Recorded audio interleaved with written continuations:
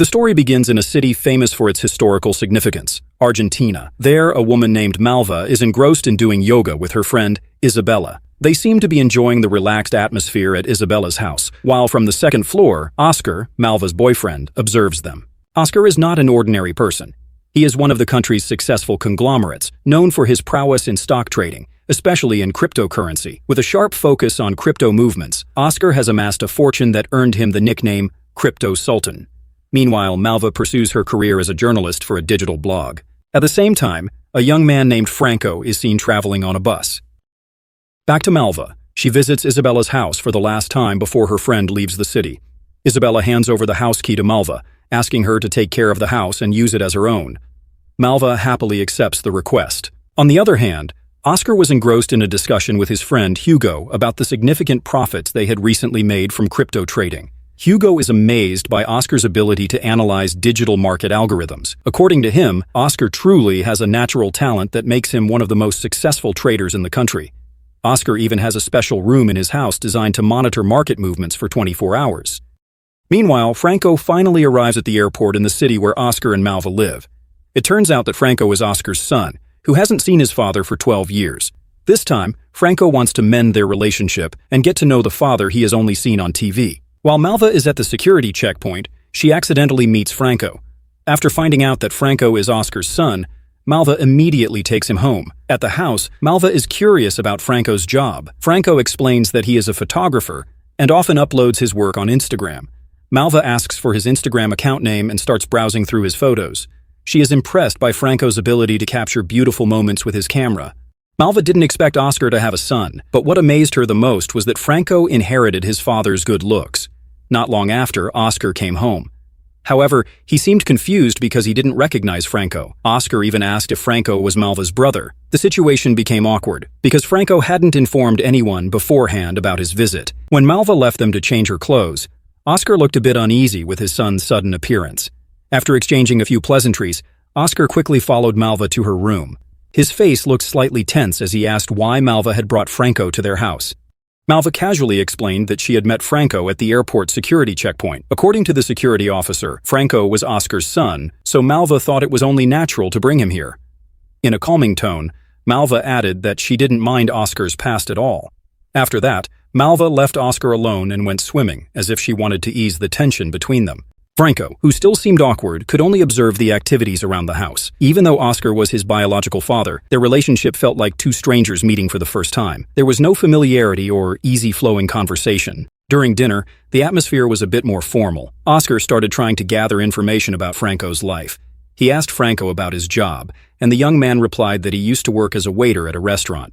Oscar then asked if Franco had finished high school. Franco answered that he had just graduated last year. Oscar didn't stop there. He continued to ask about Franco's future plans. However, Franco's response made things a bit awkward. Franco admitted that he was still unsure about what career path he wanted to pursue. Oscar's reaction showed that he was starting to feel suspicious. In his mind, perhaps Franco had come to him because he knew Oscar was now wealthy. Oscar even asked directly how Franco had managed to find him.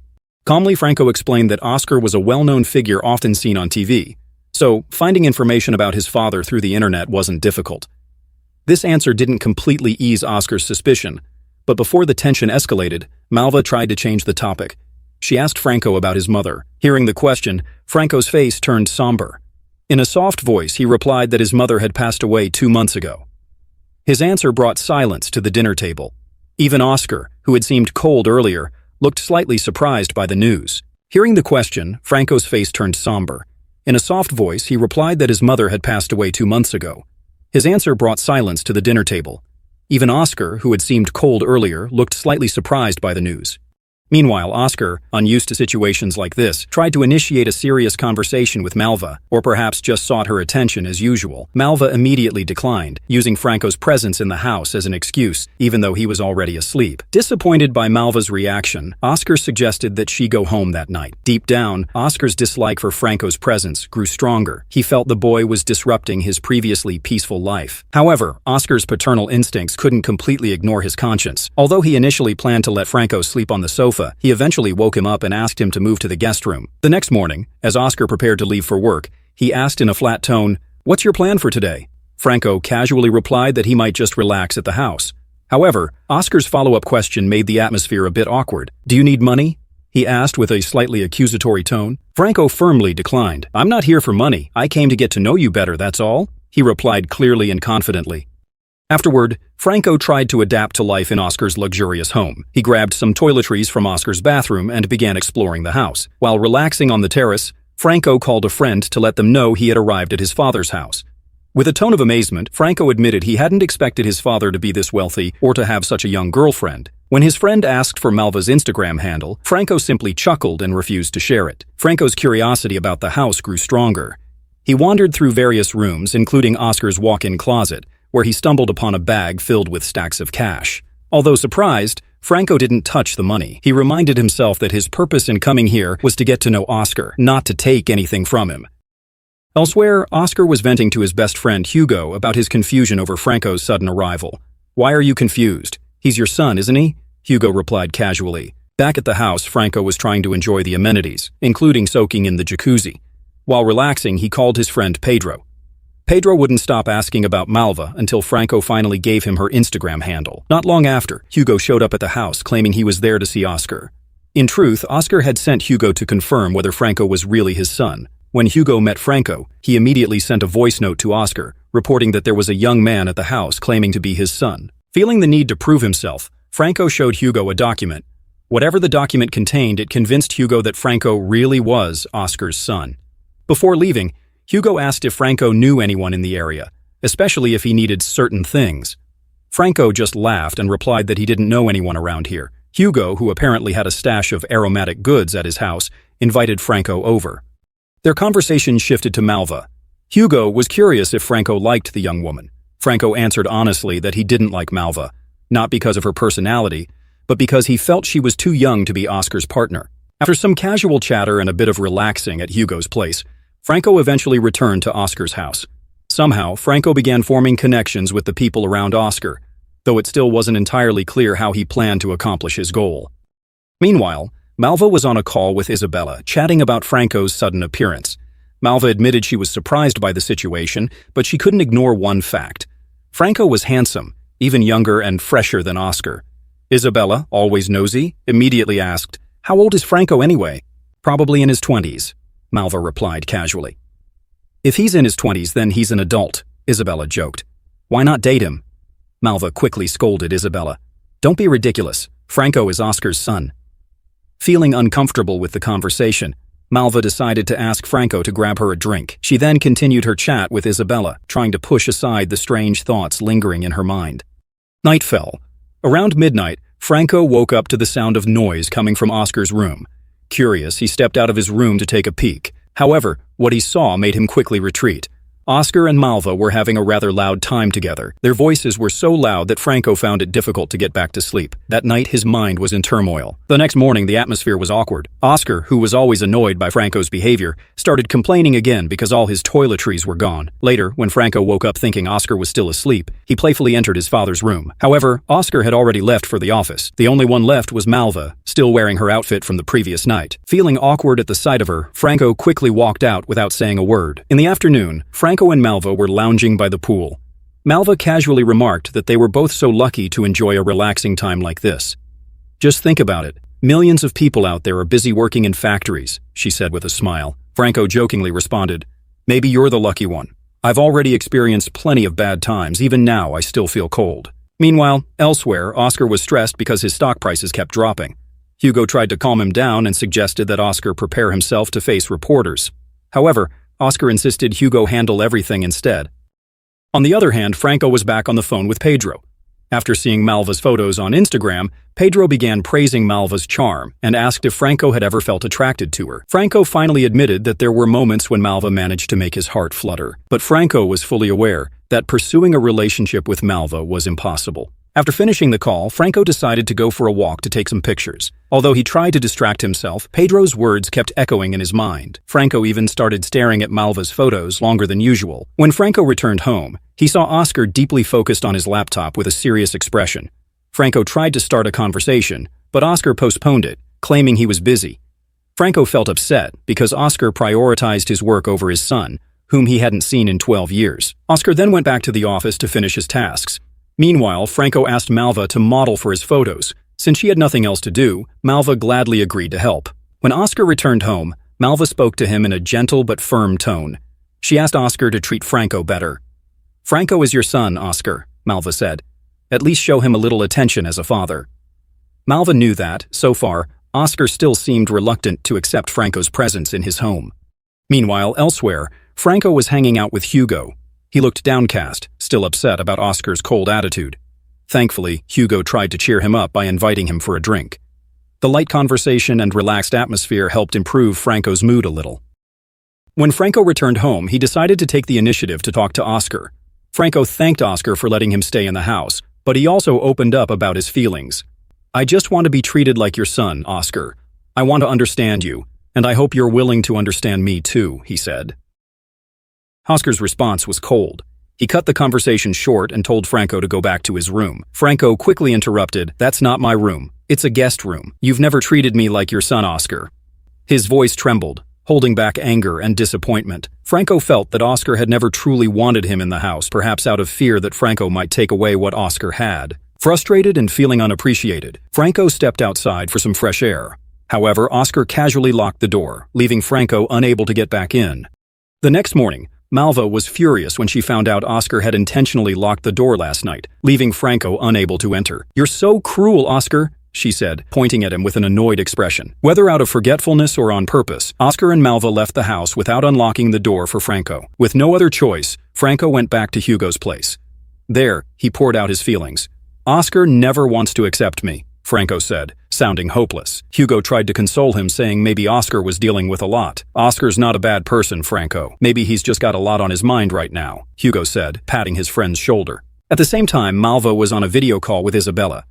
Isabella, ever the jokester, playfully suggested, "Why not fall for someone else? Who knows, maybe Franco's a good match." Malva laughed at the suggestion, but after the call ended, she started to think about it. Secretly, Malva opened Franco's Instagram and began stalking his photos. Not long after, Malva brought good news to Franco. She had sent some of Franco's photos to a photography course in Buenos Aires, and they were interested in recruiting him. "They love your work," Malva said. Franco was both surprised and thrilled, thanking Malva for her help. However, curiosity got the better of him, and he asked, "Have you ever dated a younger guy?" The question made Malva realize there was another meaning behind it. She started to suspect that Franco might want her to accompany him to the photography course. Meanwhile, Hugo invited Franco and Malva out for drinks to relax. As they began to get a little tipsy, Oscar came home and noticed them from a distance. Malva, noticing Oscar's presence, immediately approached him. During their conversation, Oscar asked seriously, "If I weren't this wealthy, would you still want to be with me, Malva?" Without hesitation, Malva replied, "I love you. Not your money, Oscar. I've been wealthy since birth, so that has nothing to do with it." However, behind her calm demeanor, Malva's thoughts began drifting toward Franco. Malva even boldly sent Franco a private message while they were eating together. After Oscar left for the office, Malva went to Franco's room with a clear intent. This time, Malva seemed unable to hold back her feelings any longer. Oscar woke up from his sleep, heart racing. It turned out to be just a dream, yet the DM from Malva last night still lingered in his mind, refusing to fade. Elsewhere, Franco was sharing his thoughts with Pedro over the phone. Franco admitted feeling confused as his mind kept wandering to Malva recently. After their call, Franco decided to meet Malva, who was relaxing and listening to music. Malva invited him to listen together, and the atmosphere that followed made Franco unconsciously lean closer, almost giving her a kiss. After the incident, Franco felt embarrassed and confided in Pedro again. But instead of offering a solution, Pedro teased him, saying Franco might actually be falling for Malva. Unsatisfied with Pedro's response, Franco abruptly ended the call. Meanwhile, Oscar seemed increasingly stressed as his stock portfolio continued to drop. He quickly called Hugo for advice, but the anxiety wouldn't go away. Still feeling embarrassed, Franco finally mustered the courage to approach Malva and apologize. Malva casually said she wasn't upset and understood the situation. Her words brought Franco some relief, but the awkwardness between them lingered. Later, Franco went to Oscar to inform him of his plan to go to Buenos Aires and attend the photography course Malva had recommended. Unfortunately, Oscar disagreed. He urged Franco to think more seriously about his future, particularly in learning the family business. Oscar even offered Franco a comfortable life without having to start from scratch. Still, Franco wanted Oscar to listen to what he truly wanted. However, Oscar cut the conversation short, saying he had other urgent matters to attend to. This left Franco frustrated again, feeling that Oscar never really cared about him. Malva, who had been listening to their conversation, felt sorry for Franco. She approached Oscar and tried to talk to him, offering advice to better understand his son. Malva reminded him that being a father is different from being a businessman. Franco was living in a different era, and Oscar couldn't keep imposing his will on him. However, Oscar, already burdened with work-related issues, grew even more emotional. The stress from the declining stocks made it hard for him to think clearly. Even during a discussion with Hugo, Oscar couldn't find a solution, while Hugo still insisted on being paid for his consultation. The next morning, while Oscar was on the phone with Hugo, Franco approached him again. This time, he insisted that Oscar talk to him. Franco asked why Oscar had left him in the past. That question had haunted him for years, and Franco hoped to finally get an honest answer from his father. Franco had always hoped to have a father figure in his life. There were countless moments during his childhood when he desperately needed a father's guidance, but that opportunity never came. His mother had always remained silent, refusing to explain why Oscar had left them. Now Franco gathered the courage to ask Oscar directly. "I just want to know why," Franco said flatly, though his voice was filled with restrained curiosity. Oscar let out a long sigh. "What's lost in your life should stay that way," he said coldly. He continued, "I don't expect you to forgive me. Back then, I left you because I chose my career. And look at me now. I've proven that my choice was the right one." Those words cut through Franco's heart like a knife. The truth was that Oscar had left because he never truly wanted him. The sadness and disappointment piled up, and Franco felt there was no point in staying in this house any longer. With a heavy heart, he decided to leave. While Franco was packing his belongings, Malva approached Oscar. "Why are you just letting Franco leave like that?" Malva asked, her tone more accusatory than questioning. Oscar simply shrugged. "It's his choice. Maybe it's better for everyone.